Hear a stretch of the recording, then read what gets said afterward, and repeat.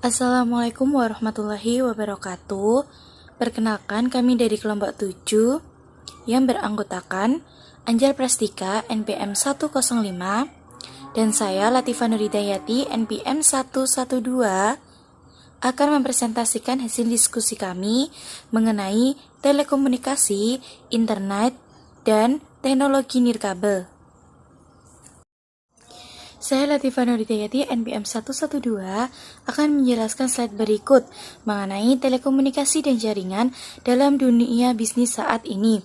Nah, pada saat ini pasti kita banyak menggunakan seperti komputer, telepon, surat elektronik, dan juga internet. Nah, dalam hal tersebut, selain kita dapat melakukannya dalam hal pekerjaan maupun dalam kehidupan sehari-hari, kita juga dapat melakukannya dalam menjalankan sebuah bisnis. Selanjutnya yaitu mengenai tren dalam dunia jaringan dan komunikasi. Nah, pada jaringan ini terdapat dua jenis. Yang pertama ada jaringan telepon dan yang kedua ada jaringan komputer. Pada jaringan telepon ini dapat menangani komunikasi pada suara. Nah, sedangkan pada jaringan komputer ini dapat menangani pada lalu lintas data. Dengan berkat delegasi telekomunikasi yang berkelanjutan dan inovasi teknologi informasi, telepon dan jaringan komputer itu terkumpul menjadi sebuah jaringan digital tunggal dengan menggunakan standar berbasis internet dan berlengkapan secara bersama-sama. Selanjutnya yaitu mengenai jaringan komputer. Jaringan ini terdiri dari dua atau lebih komputer yang terhubung. Nah, di setiap komputer ke jaringan ini berisikan perangkat antarmuka yang digunakan untuk menghubungkan komputer ke jaringan. Terdapat juga sistem operasi jaringan yang dapat mengarahkan perjalanan dan mengelola komunikasi pada jaringan serta dapat mengkoordinasikan sumber daya jaringan. Nah, di komputer ini terdapat beberapa komponen. Yang pertama itu ada hub, kedua switch, dan ketiga itu router. Nah, untuk hub itu merupakan perangkat yang sederhana yang dapat menghubungkan ke jaringan serta dapat mengirimkan data ke semua perangkat yang telah terhubung. Nah, yang kedua itu ada switch. Switch ini merupakan peralatan jaringan yang berkecepatan tinggi yang dapat digunakan untuk perangkat secara bersama-sama dan juga dapat memungkinkan transmisi data antar perangkat yang berbeda. Nah, selanjutnya itu ada router. Merupakan proses komunikasi yang digunakan untuk memandu perjalanan paket yang melalui jaringan yang berbeda dan juga dapat memastikan bahwa paket tersebut sudah terkirimkan kepada alamat yang benar. Nah, pada jaringan switch dan juga router ini memiliki perangkat lunak tersendiri yang dibangun ke dalam perangkat keras untuk mengarahkan pergerakan data pada jaringan. Selanjutnya itu terdapat software defined networking atau biasa disingkat SDN. Nah, ini merupakan pendekatan jaringan baru di mana banyak dari fungsi kontrolnya itu dikelola oleh satu perangkat utama atau program utama yang dapat bekerja pada server komoditas dan dapat terpisah pada perangkat jaringan komputer. Nah, di sini terdapat gambar di mana terdapat komponen-komponen pada jaringan komputer ini yang dapat menghubungkan dari komputer satu ke komputer lainnya, di mana dapat menghasilkan suatu jaringan yang akan digunakan. Selanjutnya yaitu mengenai jaringan di perusahaan besar. Infrastruktur jaringan untuk perusahaan besar ini terdiri atas banyaknya jaringan lokal kecil yang dihubungkan dengan jaringan area lokal lain dan juga keseluruhan jaringan pada perusahaan.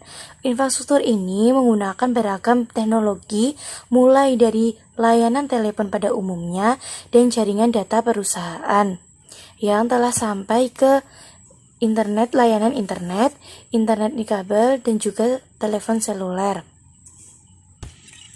Salah satu masalah besar yang dihadapi oleh perusahaan besar ini yaitu mengintegrasikan semua jaringan dan saluran komunikasi yang berbeda menjadi sistem yang koheren, dan juga memungkinkan informasi yang mengalir dari bagian perusahaan ke bagian perusahaan lainnya, dan juga data dari satu sistem ke sistem yang lainnya. Seiring dengan bertambahnya jaringan komunikasi yang menjadi digital dan juga berbasis teknologi internet, ini akan lebih mudah dalam mengintegrasikannya.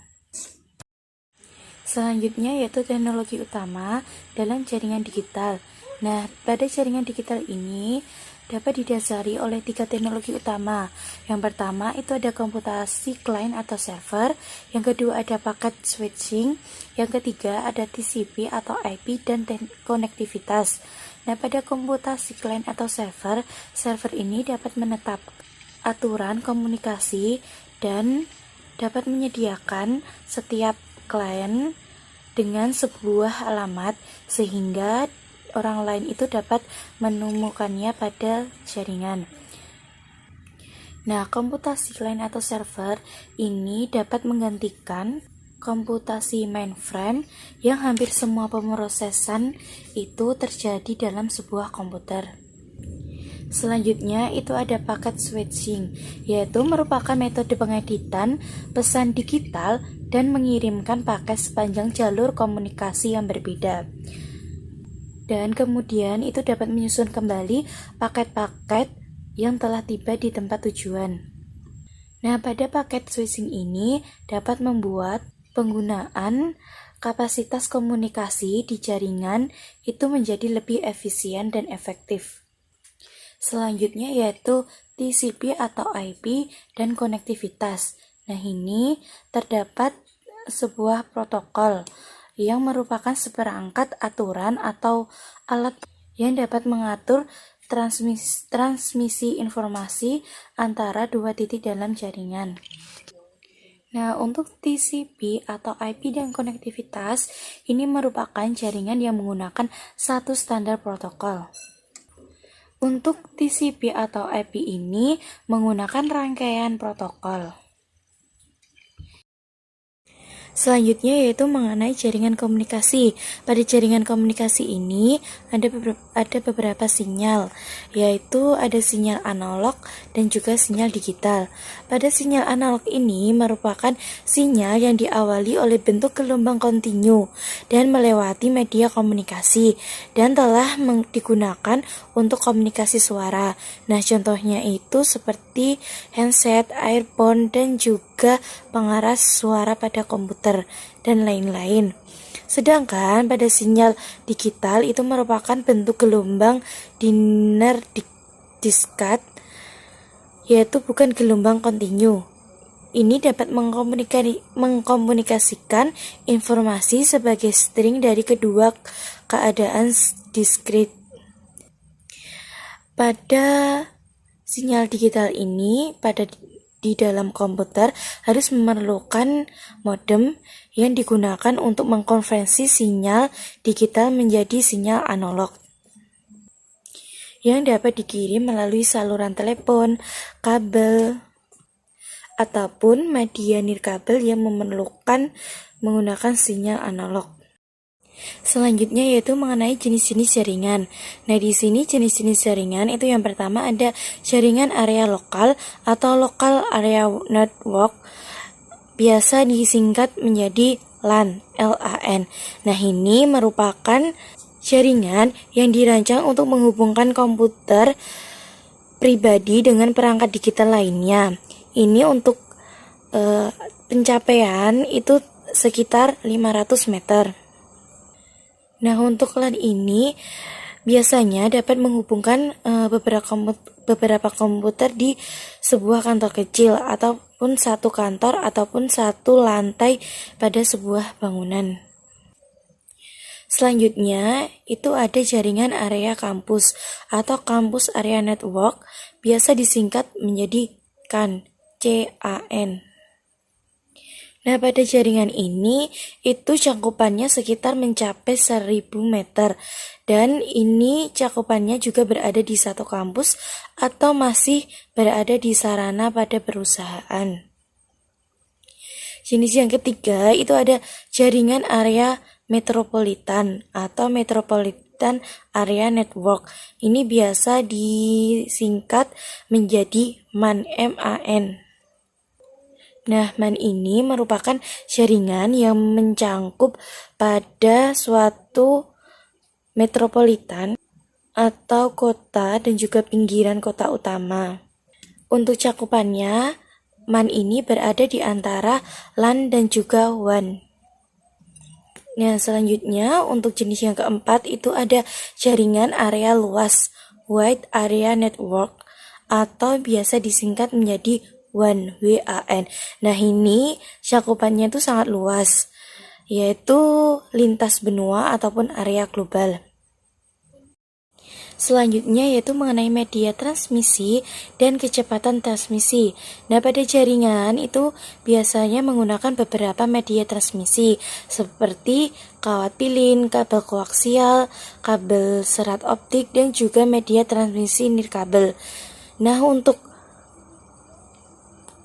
beberapa media ini juga memiliki beberapa kecepatan, di mana keberagaman kecepatan ini dapat tergantung kepada perangkat lunaknya dan juga konfigurasi pada perangkat kerasnya.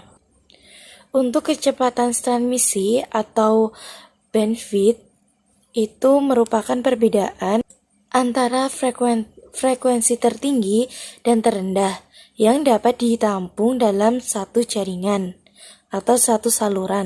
Jika semakin besar rentang frekuensinya, maka semakin besar pula bandwidth dan juga semakin besar kapasitas transmisi sebuah saluran tersebut. Selanjutnya yaitu mengenai internet global, yaitu internet ini sudah menjadi perangkat yang sangat dibutuhkan oleh personal, pekerja, ataupun pembisnis. Nah, untuk internet ini juga merupakan implementasi terbesar dari komputasi, client atau server, dan internet working di dunia, yang dapat menghubungkan jutaan jaringan individu ke seluruh dunia. Sebagian besar rumah ataupun usaha kecil itu juga terhubung dengan internet, yaitu melalui penyedia layanan digital atau penyedia layanan internet yang merupakan organisasi komersial dengan koneksi permanen ke internet yang menjual koneksi sementara kepada penjual retail. Dengan adanya penyedia layanan internet ini juga terdapat adanya jalur pelanggan digital yang ini beroperasi melalui saluran telepon untuk membawa suara, data, dan video pada tingkat transmisi yang bergantung pada pola penggunaan dan juga jarak. Di sini juga terdapat alamat protokol internet. Nah, ini berupa nomor yang berjumlah 32 bit yang diawali oleh 4 urutan nomor dari urutan 0 sampai dengan 255 dan dapat dipisahkan dengan titik. Selanjutnya yaitu mengenai sistem penamaan domain atau Domain Name System. Nah, ini biasa disingkat dengan DNS. Nah, ini merupakan dapat mengubah nama domain menjadi alamat IP. Pada sistem penamaan domain ini merupakan sistem hierarki dengan domain root dan top level domain, second level domain, dan juga third level domain pada host. Di sini juga terdapat gambar pada sistem penamaan domain. Pada top level domain ini ada beberapa daftar yang dapat diperluas untuk mencakup lebih banyak, seperti .com. Ini merupakan organisasi komersial atau bisnis. Selanjutnya itu ada .edu, itu merupakan instansi pendidikan. Selanjutnya ada .gov, itu merupakan lembaga pemerintah pada Amerika Serikat. Selanjutnya itu ada .mil ini merupakan militer Amerika Serikat. Terus ada .net itu merupakan komputer jaringan. Terus ada juga .org atau .org itu merupakan organisasi nirlaba dan juga yayasan. Terus ada .biz itu merupakan perusahaan bisnis. Selanjutnya ada .info, ini merupakan penyedia pada informasi. Nah, di sini juga terdapat arsitektur dan tata kelola pada internet. Ini merupakan lalu lintas data internet melalui blockbone network yang berkecepatan tinggi antara benua. Selanjutnya yaitu mengenai internet pada masa depan, yaitu IPv6 dan juga Internet 2. Pada IPv6 ini merupakan sistem pengamatan lama yang dapat digantikan oleh versi baru dari sistem IP itu sendiri.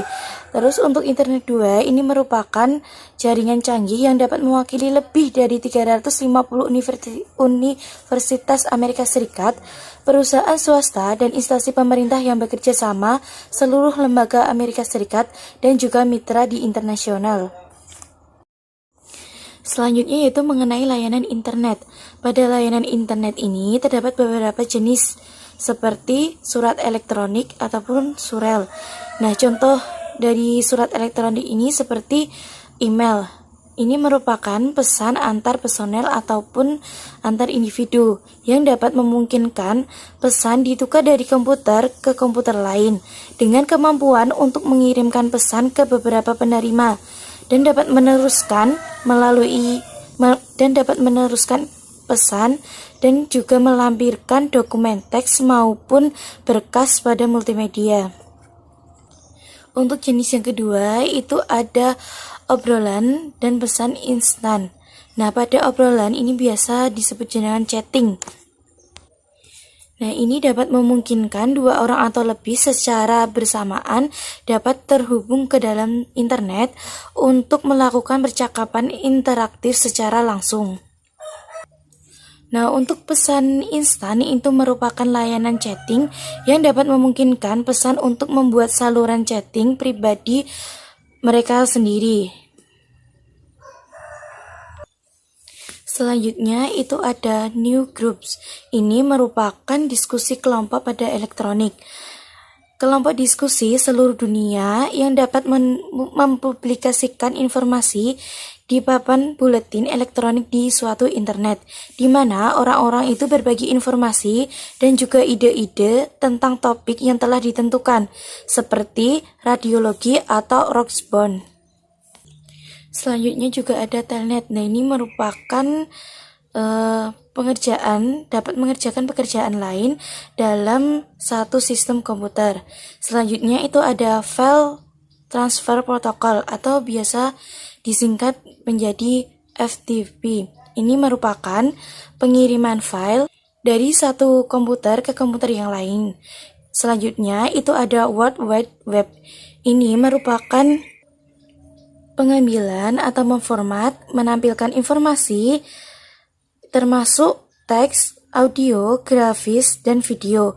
Nah, ini menggunakan penghubung hypertext.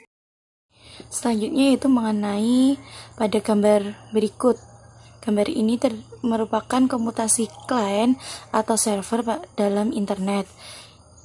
Pada gambar ini itu terdapat klien, internet, server aplikasi, server data box, dan juga database, di mana hal tersebut itu saling berhubungan yang dapat menghasilkan suatu informasi. Selanjutnya sebelahnya ini ada gambar voice over IP pada bekerja. Nah, di sini ini dapat voice over IP ini dapat memberikan informasi suara dalam bentuk digital dengan menggunakan sambungan paket dan juga dapat menghindari biaya yang dibebankan oleh jaringan telepon lokal dan juga jarak jauh. Selanjutnya yaitu terdapat komunikasi terpadu atau Unified Communication. Nah, ini dapat mengintegrasikan saluran yang berbeda untuk komunikasi suara, data, dan pesan instan, serta konferensi elektronik. Ini menjadi satu layanan di mana pengguna itu dapat mudah untuk beralih. di antara mode komunikasi yang berbeda. Nah, kehadiran teknologi ini dapat menunjukkan apakah seseorang itu bersedia untuk menerima panggilan. Selanjutnya itu ada jaringan pribadi virtual atau biasa disingkat menjadi VPN. Nah, ini merupakan jaringan pribadi yang aman dan terekskripsi yang telah dikonfigurasi dalam jaringan publik untuk mengambil manfaat dari skala ekonominya. Selanjutnya, perkenalkan, nama saya Anjali Prastika, NPM 105, akan melanjutkan pembahasan mengenai web. Nah, web itu merupakan sistem dengan standar yang diterima secara universal untuk menyimpan, mengambil, memformat, dan menampilkan informasi menggunakan arsitektur klien atau server. Nah, pada laman web ini yang diformat menggunakan hypertext dengan link tertanam yang menghubungkan dokumen satu sama lain dan juga menghubungkan laman ke objek lain seperti suara atau file animasi. Pada sebuah situs web itu umumnya berupa kumpulan laman web yang dihubungkan dengan beranda. Nah, untuk macam-macam webnya itu yang pertama ada hypertext. Hypertext itu laman web yang didasarkan pada standar Hypertext Markup Language atau HTML yang memformat dokumen dan menggabungkan link dinamis ke dokumen dan gambar lainnya yang disimpan dalam komputer yang sama atau komputer kejauhan. Laman web dapat diakses melalui internet karena perangkat lunak browser web yang beroperasi pada komputer dapat meminta laman web yang disimpan pada host internet dengan menggunakan Hypertext Transfer Protocol (HTTP). Dan HTTP itu adalah standar komunikasi yang digunakan untuk mentransfer laman web. Yang kedua yaitu ada web server. Web server merupakan perangkat lunak untuk mencari dan mengelola laman web yang tersimpan.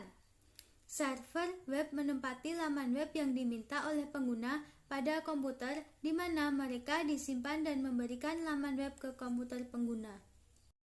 Selanjutnya, yang ketiga itu mencari informasi di dalam web. Nah, untuk mencari informasi di dalam web itu bisa menggunakan dengan yang pertama itu mesin pencari. Mesin pencari Google itu secara terus-menerus menelusuri web, mengindeks konten dari setiap laman, menghitung popularitasnya, dan menyimpan laman sehingga dapat merespon dengan cepat permintaan penggunaan untuk melihat laman. Seluruhnya prosesnya membutuhkan waktu sekitar 1,5 detik. Nah, di sini ada gambar 7.11 yaitu bagaimana cara kerja Google. Nah, untuk yang pertama itu pengguna memasukkan pertanyaan. Yang kedua, server web Google menerima permintaan. Google menggunakan lebih dari 500.000 PC yang saling disambungkan dan terhubung ke internet untuk mengelola permintaan yang masuk dan memperoleh hasil.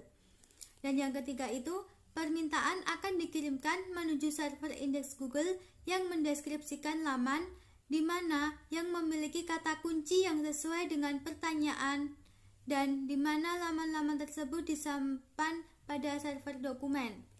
Dan yang keempat itu menggunakan perangkat lunak PageRank, sistem mengukur pentingnya atau dengan menyelesaikan sebuah persamaan dengan lebih dari 500 juta faktor yang tidak tetap dan dua istilah lainnya. Dan kemungkinan hasil yang dikeluarkan merupakan laman terbaik untuk pertanyaannya. Dan yang kelima yaitu ringkasan teks kecil disiapkan untuk setiap laman web. Dan yang kelima, hasil akan dikirimkan kepada pengguna berupa 10 hasil dalam setiap laman. Untuk slide selanjutnya itu masih mengenai macam-macam mencari informasi di dalam web.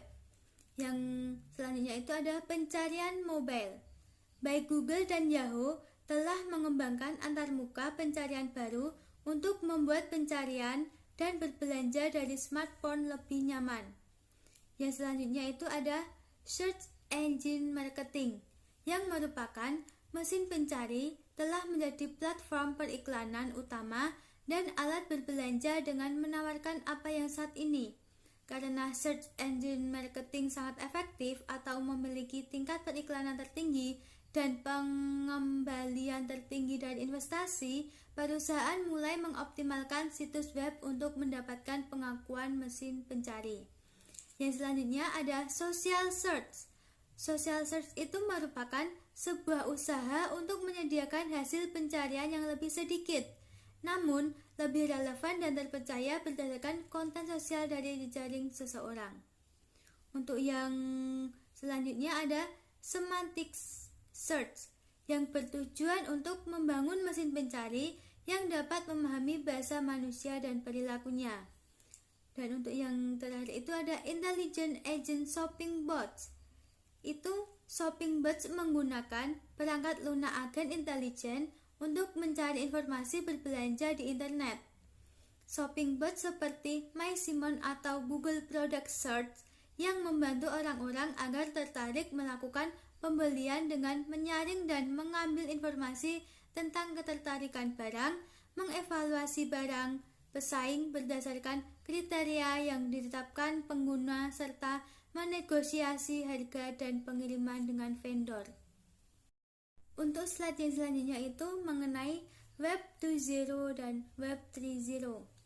Nah, untuk Web 2.0 ini, situs web saat ini tidak hanya berisi konten, mereka statis yang memungkinkan orang untuk berkolaborasi, berbagi informasi, dan menciptakan layanan baru dan konten online. Layanan berbasis internet integratif generasi kedua ini disebut sebagai Web 2.0. Dan Web 2.0 ini memiliki 4 fitur khusus, yaitu ada interaktif, kontrol pengguna secara real time, partisipasi sosial, dan konten yang dibuat oleh pengguna. Nah, pada Web 3.0 itu untuk web masa depan. Web 3.0 adalah janji untuk masa depan web di mana semua informasi digital, semua kontak dapat terjalin bersama menjadi satu pengalaman. Untuk slide selanjutnya itu mengenai revolusi nirkabel. Perangkat nirkabel yang mendukung revolusi komunikasi nirkabel atau mobile dan komputasi meliputi yang pertama itu ada sistem seluler. Nah, layanan seluler digital menggunakan beberapa standar yang bersaing. Contohnya di Eropa dan hampir seluruh dunia itu standarnya adalah Global System for Mobile atau GSM, karena kekuatan GSM terletak pada kapasitas penjelajahan internasional. Dan standar bersaing di Amerika Serikat itu adalah Code Division Multiple Access atau CDMA yang mengirimkan beberapa frekuensi menempati keseluruhan spektrum dan secara tidak beraturan memandu pengguna untuk mengatur frekuensi beberapa waktu, membuatnya menjadi lebih efisien dibanding GSM. Nah, untuk yang kedua itu ada jaringan komputer nirkabel dan akses internet. Yang pertama itu ada Bluetooth. Bluetooth itu merupakan nama populer untuk standar jaringan nirkabel 802,15 yang sangat berguna untuk membuat jaringan area personal berukuran kecil yang menghubungkan sampai 8 peralatan dalam area seluas 10 meter menggunakan daya rendah dan komunikasi berbasis radio. Dan yang kedua itu ada Wi-Fi dan akses internet nirkabel. Komunikasi Wi-Fi, perangkat nirkabel berkomunikasi dengan jaringan kabel LAN yang menggunakan access point. Dan access point itu merupakan sebuah kotak yang berisi penerima radio atau transmitter dan antena yang terhubung ke jaringan kabel, router, atau hubungan mobile access point seperti Verizon's mobile hotspot yang menggunakan jaringan seluler yang telah ada untuk membuat jaringan Wi-Fi. Dan untuk yang ketiga itu ada WiMAX. WiMAX merupakan singkatan dari World Wave Interoperability for Microwave yang memiliki jangkauan akses nirkabel mencapai 31 mil dan kecepatan transmisi mencapai 75 Mbps. dan antena WiMAX yang cukup kuat untuk koneksi internet kecepatan tinggi, balok untuk antena di atap rumah dan bisnis yang mil jauhnya. Selanjutnya, yang ketiga itu ada RFID dan jaringan sensor nirkabel. RFID atau Radio Frequency Identification merupakan sistem menyediakan teknologi yang kuat untuk melacak pergerakan barang di seluruh rantai pasokan. Nah, di sini ada gambar 7.14 tentang bagaimana RFID bekerja. Nah, pada label itu, sebuah microchip menyimpan data termasuk nomor identifikasi. Dan bagian lain dari label adalah sebuah antena yang memancarkan data ke mesin pembaca. Yang selanjutnya, memiliki sebuah antena yang mentransmisikan data terus-menerus. Ketika pembaca RFID mendeteksi keberadaan sebuah label, pembaca ini akan membangunkannya, menginterogasinya, dan mengkode data tersebut. Kemudian, pembaca akan mentransmisikan data ke sistem komputer melalui koneksi label atau nirkabel. Selanjutnya, pada komputer host itu memproses data dari label yang telah disampaikan oleh mesin pembaca. Nah, pada label RFID ini ada dua, yaitu ada yang aktif dan ada yang pasif.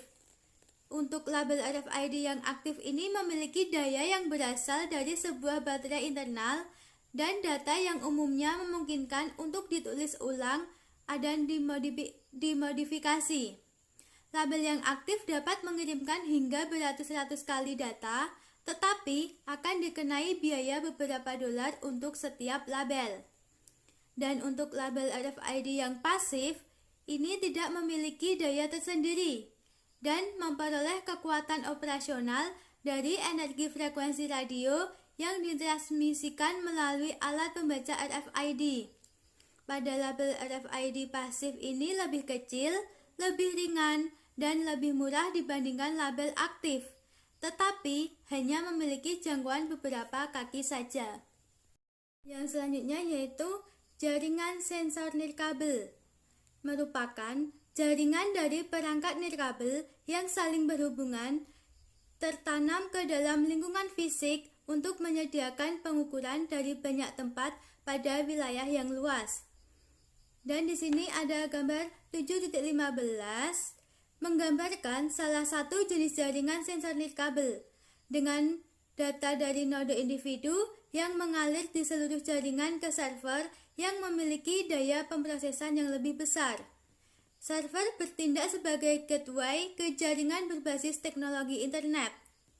Lingkaran kecil ini mempresentasikan node dengan tingkat yang lebih rendah dan lingkaran yang lebih besar mewakili high and mode. Node dengan tingkat lebih rendah meneruskan data ke satu sama lain atau node yang lebih tinggi, yang mengirimkan data lebih cepat dan mempercepat kinerja jaringan.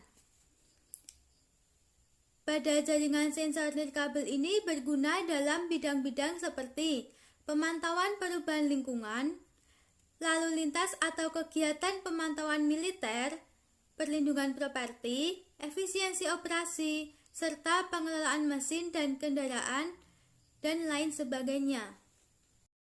Sekian presentasi dari kelompok kami, kurang lebihnya kami mohon maaf.